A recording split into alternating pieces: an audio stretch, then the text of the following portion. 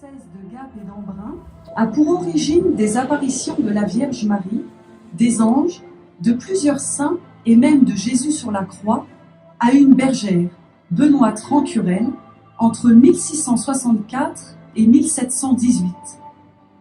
C'est le lieu des plus longues apparitions du monde, 54 années.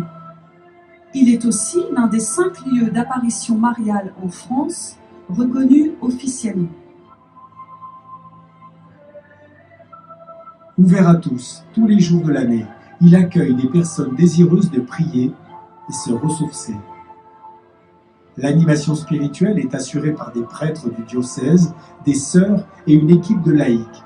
Plus de 170 000 visiteurs français et étrangers y viennent chaque année. Venez à moi, vous tous qui peinez, et vous trouverez le repos. Ces paroles du Christ se concrétisent véritablement ici. Les gens viennent en vacances, ils viennent se reposer, ils viennent s'apaiser. Ils viennent aussi trouver au sanctuaire du Lot, je dirais, une réunification de tout leur être. Au cours de l'année, ils s'éparpillent beaucoup, et voilà qu'ici, ils vont pouvoir se recentrer, ils vont pouvoir se retrouver eux-mêmes, et c'est aussi l'œuvre de la réconciliation. Notre-Dame du Lot est un lieu où la paix vous saisit. Une paix bienfaisante que l'on reçoit comme un cadeau du ciel, comme une invitation à faire une démarche spirituelle. Le cœur de l'expérience spirituelle du Lot, c'est que le ciel nous veut du bien. Et quand on se rend compte à quel point Dieu veut notre bien, on a aussi envie de faire du bien. On a envie que ce bien que l'on reçoit, on le partage aux autres. Pour comprendre le Lot, levons les yeux. Luminosité qui appelle à faire la lumière sur sa vie, nature omniprésente qui incite à contempler. Pèlerin ou visiteur, le nouveau venu arrive au Lot comme on entre dans un refuge. Le sanctuaire Notre-Dame du Lot est un petit peu comme le chemin de Saint-Jacques de Compostelle. Les personnes qui le parcourent le font pour des raisons très variées, certaines pour une véritable expérience spirituelle, d'autres pour se retrouver un peu elles-mêmes ou pour laisser la nature leur parler. Eh bien, au sanctuaire du Lot, nous avons des personnes qui viennent pour participer à tous les offices de la journée, d'autres qui vont surtout profiter de la beauté du paysage et rentrer plutôt dans la basilique lorsqu'il n'y a personne. Nous respectons bien sûr cette démarche et elle est véritablement un signe que le Lot est fait pour tous. Quelles que soient les convictions de chacun, quelle que soit la pratique religieuse, tous peuvent trouver au Lot du réconfort et un appel à avancer et à aller plus loin. Laissez-vous réconcilier. La réconciliation atteint son sommet dans la confession sacramentelle, mais elle rejoint aussi toutes les dimensions personnelles et relationnelles de notre être.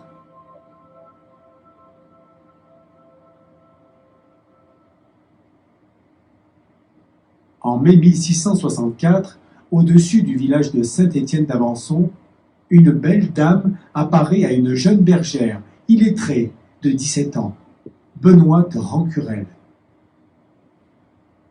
Voici comment les témoignages de l'époque rapportent ces événements. Benoîte gardait ses brebis, récitant son chapelet, lorsque tout à coup, elle vit une belle dame avec un petit enfant d'une beauté extraordinaire. « Belle dame, lui dit-elle, que faites-vous ici ?» Elle lui demande si elle voulait goûter avec elle.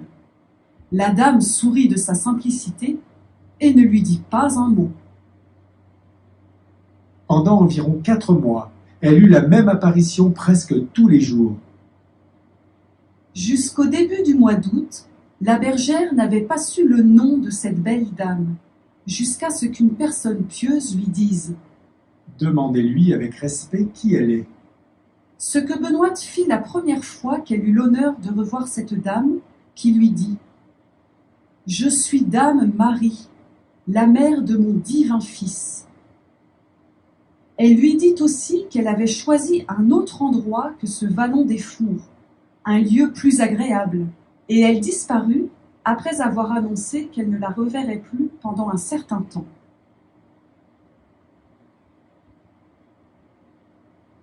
La bergère reprit sa vie ordinaire, mais un mois plus tard, le 29 septembre 1664, Benoîte voit sur la colline de Pindreau une grande lumière.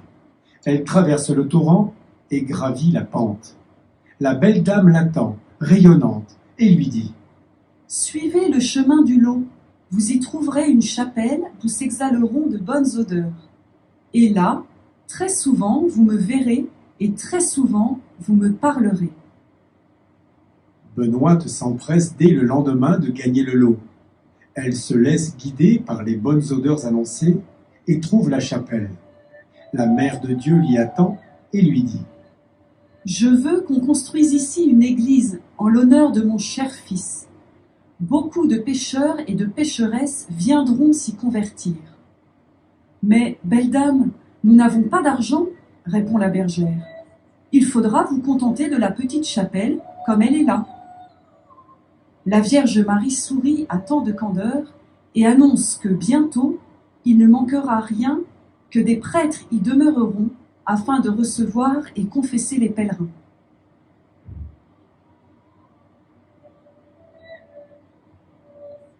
Cette chapelle de Bon-Rencontre sera le lieu privilégié des apparitions mariales, mais aussi des manifestations des anges, particulièrement celui que Benoît appellera le bel ange, sans doute son ange gardien, qui veille sur sa santé, la console ou l'avertit.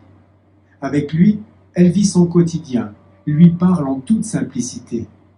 Un jour, il lui demande d'être moins impatiente. Une autre fois, il l'interpelle. Il la reprit amoureusement, lui dit de se ménager et de ne pas avoir tant de sévérité envers son corps.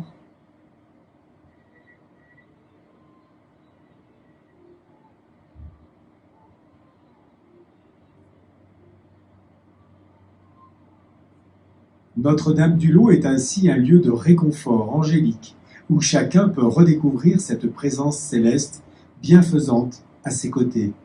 Benoît aura encore la visite de plusieurs saints, dont Saint Joseph, lui donnant des conseils pour mener son troupeau.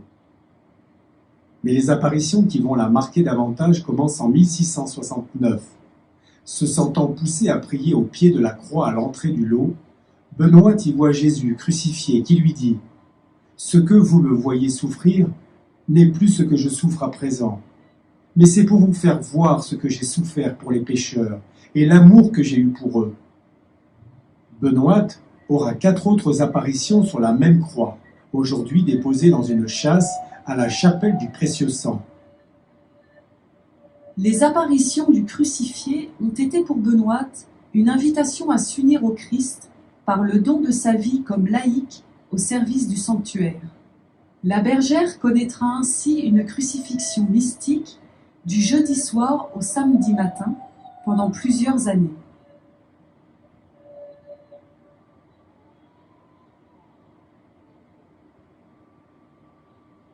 L'expérience spirituelle de Benoît Rocurel, ce sont 54 années de rencontres avec la Vierge Marie, avec les anges, avec plusieurs saints, dont Saint Joseph, avec le crucifié sur la croix d'Avençon.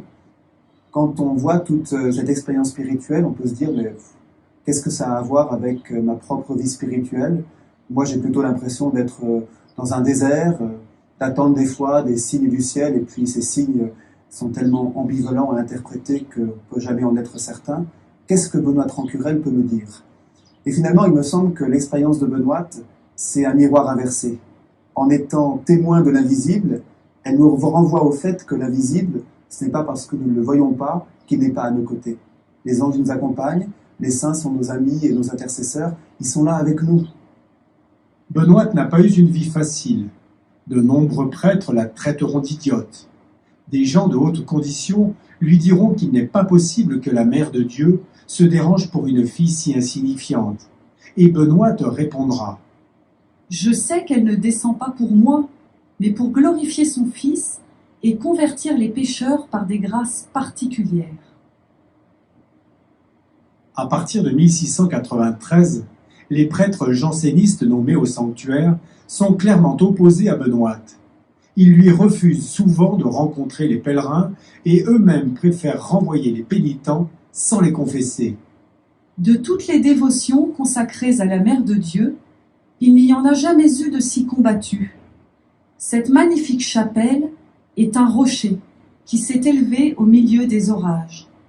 Sans doute est-ce la raison pour laquelle Marie fut bientôt invoquée au lot sous le vocable de refuge des pécheurs. Entouré de montagnes, il accueille, s'offre comme un abri dans les tempêtes et un lieu pour reprendre des forces.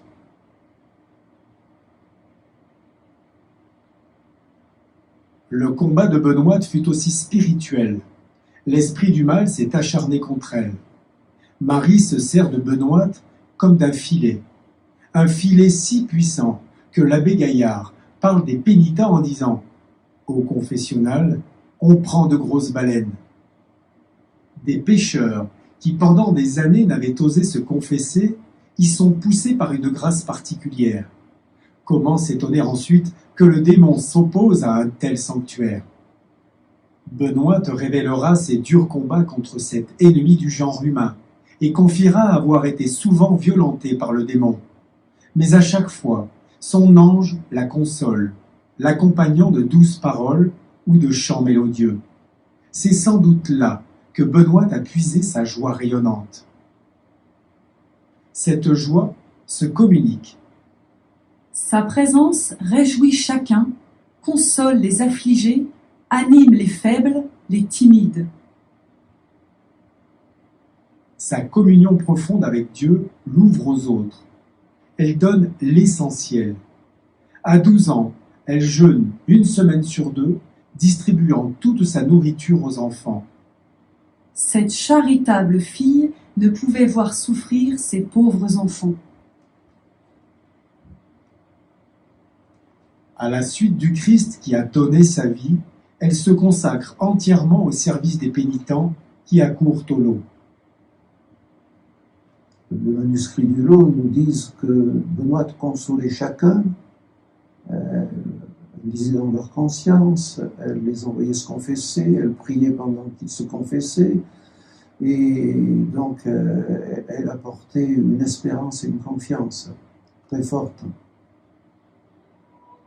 Habitée par l'Esprit Saint, Benoît est assidue à la prière. Elle trace le chemin de la vie chrétienne ordinaire dans laquelle l'Esprit peut agir. Ce que Dieu a fait en elle, il veut le réaliser en chacun de nous. Sa vie mystique n'est pas une évasion du quotidien, elle ne se place pas au-dessus du commun des mortels. Bien au contraire.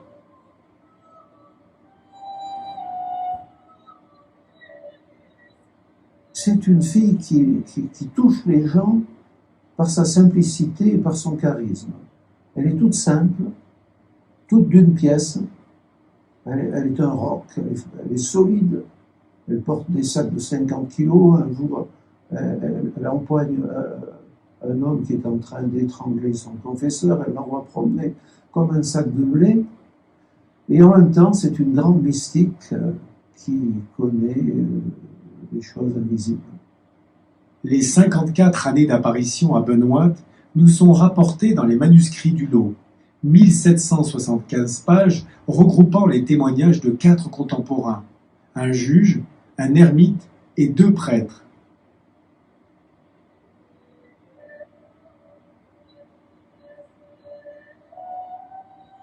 Benoît s'éteint le 28 décembre 1718 dans sa chambre. Elle rendit son esprit dans une paix profonde.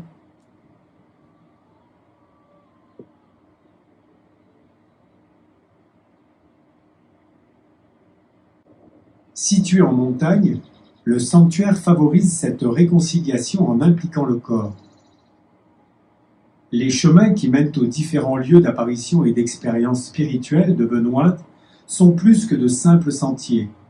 Ils deviennent des parcours spirituels pour une prière vraiment incarnée. Les yeux contemplent la beauté et l'esprit médite sur le message du lot. Le chemin vers Pindreau permet une expérience d'apaisement.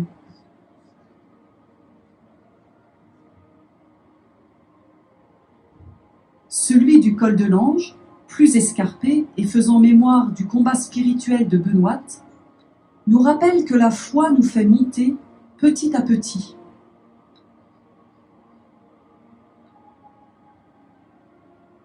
Vers le précieux sang, le pèlerin se prépare à déposer son fardeau au pied de la croix où Jésus se manifesta. dans la chambre de Benoît, il peut s'unir à celle qui a tant marqué par sa simplicité.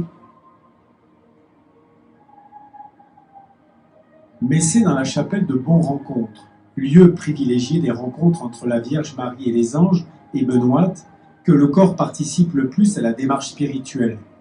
Dans la basilique, construite dans un écrin pour abriter la chapelle, le pèlerin est invité à monter à Bon-Rencontre. Il y trouve la vasque d'huile qui alimente la flamme, éclairant la présence réelle au tabernacle. Cette huile ordinaire, la Vierge Marie lui avait donné un sens. La bonne mère dit à Benoît que l'huile de la lampe du Saint-Sacrement, si on s'en applique, qu'on recourt à son intercession maternelle et qu'on ait la foi, on guérira. Depuis 350 ans, combien de corps, d'esprits perturbés, d'âmes en peine ont ainsi reçu des guérisons, des consolations. Le bureau médical du sanctuaire recense environ 70 guérisons physiques inexpliquées par an. Mais bien d'autres grâces sont reçues dans le secret. Il est très beau de voir les pèlerins s'appliquer cette huile et de le faire avec grande délicatesse, même sur un corps qui est souvent leur ennemi, qui est souvent porteur de souffrance. Voilà que les personnes sont obligées, pour ainsi dire, d'être tendres envers ce corps de souffrance et finalement de l'accueillir et de permettre de dépasser cette souffrance pour y reconnaître une présence du Seigneur. C'est la même douceur qui s'exprime dans une autre grâce sensible, ressentie par de nombreux pèlerins, les parfums. Agréables et puissantes, ces odeurs sont incomparables avec celles de la terre. Dans son livre sur Benoît, Monseigneur Di Falco Leandri témoigne avoir ressenti au lot en 2004 une odeur semblable à celle qu'exhalent les huiles saintes. Je ne peux nier que j'ai bénéficié des effluves qu'on dit advenir régulièrement au lot depuis les premières apparitions de la Vierge à Benoît.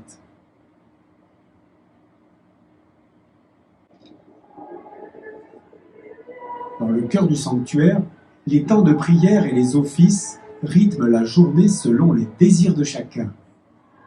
Dans la basilique, les prêtres sont à disposition pour les confessions. En temps ordinaire, ce sont 5 heures de permanence par jour qui sont proposées. Par ailleurs, dans le message du lot, l'Eucharistie a aussi une place privilégiée. La messe n'a jamais fait perdre une seule journée aux pèlerins, disait Benoît. Ces longues heures d'adoration constituaient une rencontre plus essentielle encore que les apparitions. Bon-Rencontre, c'est le nom de la chapelle des apparitions, ces 54 années de belles rencontres entre Marie et Benoît. Mais finalement, on se rend compte que Bon-Rencontre, c'est aussi le nom de tout ce qui se vit ici. Il se vit des belles rencontres. Et voilà.